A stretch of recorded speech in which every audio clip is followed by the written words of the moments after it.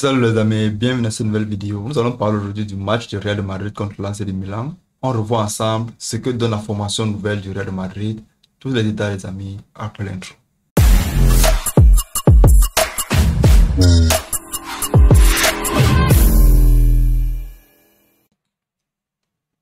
Le Real de Madrid accueille aujourd'hui l'AC Milan pour un match amical.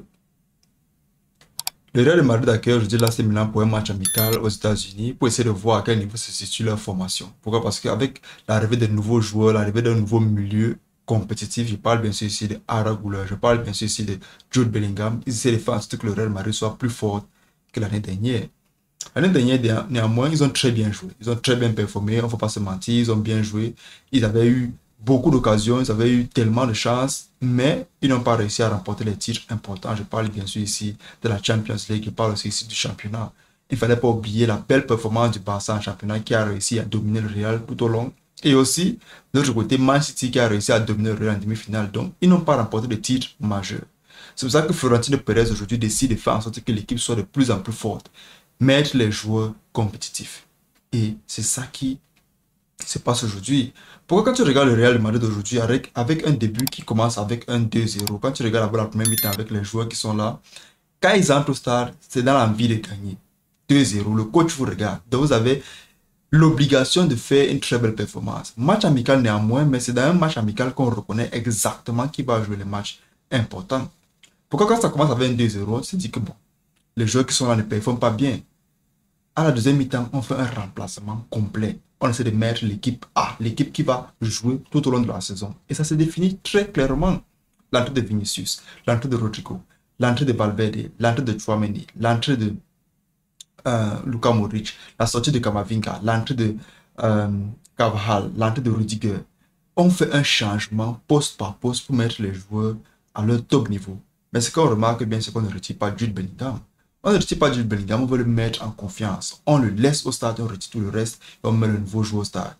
Et ce qui se passe après relève juste d'un miracle. Pourquoi? Parce que quand tu te fais mener 2-0 par un Milan qui aussi en deuxième mi-temps remet aussi leur équipe première. Je parle bien sûr de Rafael Leao, je parle de Giroud, je parle aussi de Théo Hernandez, je parle de tous ces joueurs-là. Ils réussissent néanmoins à égaliser et à gagner le match. C'est pour vous dire à quel point l'équipe qui entre en deuxième mi-temps est terriblement forte. Mais qu'est-ce qui manque au Real de Madrid aujourd'hui? Qu'est-ce qui manque au Real de Madrid aujourd'hui? C'est l'attaque. Ils ont perdu Karim Benzema. Pourquoi? Parce que Karim Benzema aujourd'hui c'est un neuf très percutant. Top 10 pour moi au monde. Pourquoi? Parce que c'est un joueur qui a toutes les qualités pour être celui-là qui dans n'importe quel club actuellement, même s'il revient de Al-Nassr, peut jouer 1 ou 2 ans. Il décide, je parle bien sûr de Real néanmoins, de faire en sorte que Rodrigo puisse jouer en pointe avec un Vinicius qui change chaque fois un peu, essayer de faire que Valverde monte. Et au milieu de terrain, on a Jude Bellingham qui est en 10. Pourquoi? Parce que le Real Madrid d'aujourd'hui joue avec une formation de 4-1-2-1-2. Une formation étoilée, celle du Milan même de 2016. Ce qui fait qu'aujourd'hui, le Real Madrid essaie de faire en sorte que chaque milieu ait un poste important.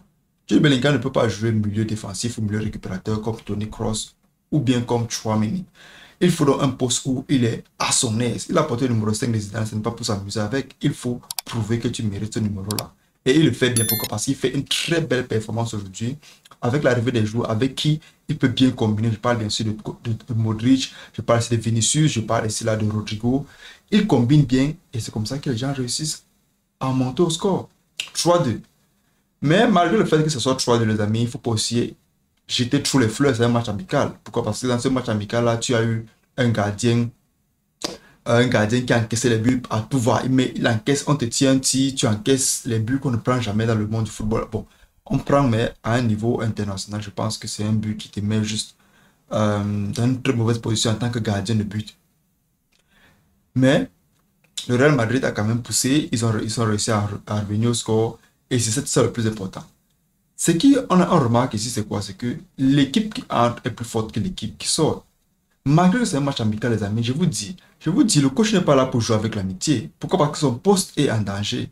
Quand tu regardes comment il fait entrer de nouveaux joueurs poste par poste et il y a une performance, les joueurs entre eux savent que ici, j'ai très mal joué. Tu sors avec un 2-0, l'équipe qui entre réussit à remporter le 2-0 et à gagner le match.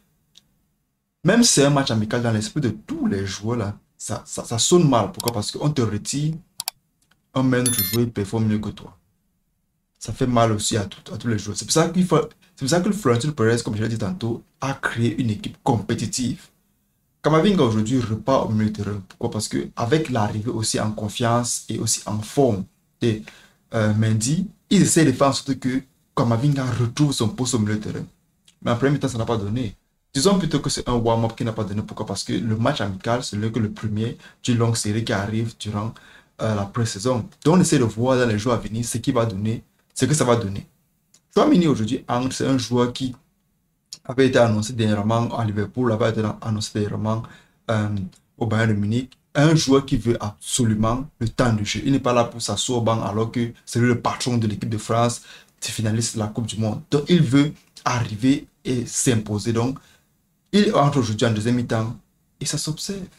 Les passes à les intervalles, il les coupe. Les passes en profondeur, il regarde tout, il scanne tout. Il a une métavision du stade entier. Ce qu'il faut qu'aujourd'hui, le coach doit faire continuer Chouameni. On oublie certainement le fait que on a Toni Kroos et aussi Luka Modric qui sont dans les finitions. Donc, il faut à tout prix qu'on instaure ce milieu de jeunes-là pour essayer de faire en sorte que ce soit plus compétitif. C'est pour ça que vous voyez un Chouameni, tu vois un Toni Kroos, tu vois Luka Modric. Tous essaient de faire en sorte que chaque poste soit bien respecté. D'aujourd'hui, très belle performance de leur part, très belle performance de la part de Vinicius d'ailleurs. À chaque fois, on se signe toujours. Vinicius aujourd'hui, c'est pour moi top 5 des meilleurs joueurs au monde. Top 5 des meilleurs joueurs au monde. Très très décisif. Il lui manque certainement quelques détails pour le classer dans ce top, dans ce panier-là des joueurs qui potentiellement peuvent gagner le ballon d'or. Il faut qu'il porte le Real Madrid. Il faut qu'il tire le coup franc. Est-ce qu'il peut tirer le coup franc? Il faut qu'il tire les pénaltys. Est-ce qu'il peut tirer les pénaltys? Vinicius a ce manque de détails-là qui fait en sorte qu'on le classe parmi ceux-là qui peuvent porter une équipe. Mais néanmoins, c'est un joueur percutant. C'est un joueur qui effraie la défense. C'est un joueur qui fait en sorte que chaque attaquant aujourd'hui qui joue avec Vinicius est su d'au moins une passe décisive bien placée. Très simple pour un tap-in. Rodrigo, de l'autre côté, néanmoins, continue à prouver qu'il est ce magicien-là. Même si c'est quand Champions League qu'on a essayé de faire en sorte que ça ne donnait pas bien avec Rodrigo, à ce match aujourd'hui, le Real Madrid a prouvé qu'il pouvait emporter un match très important. C'est tout pour cette vidéo les amis, j'espère que vous l'avez aimé, n'oubliez pas de liker, commenter, partager. Dites-moi ce que vous en pensez aujourd'hui de la performance du Real de Madrid et aussi des joueurs qu'on a retirés en premier mi-temps par rapport à ceux qu'on a mis en deuxième mi-temps. Est-ce que ça peut continuer comme ça? Est-ce que c'est juste un match qu'on ne peut pas s'enflammer comme on dit souvent? Dites-moi en commentaire, on se revoit la prochaine fois, la paix sur vous, prenez soin de vous.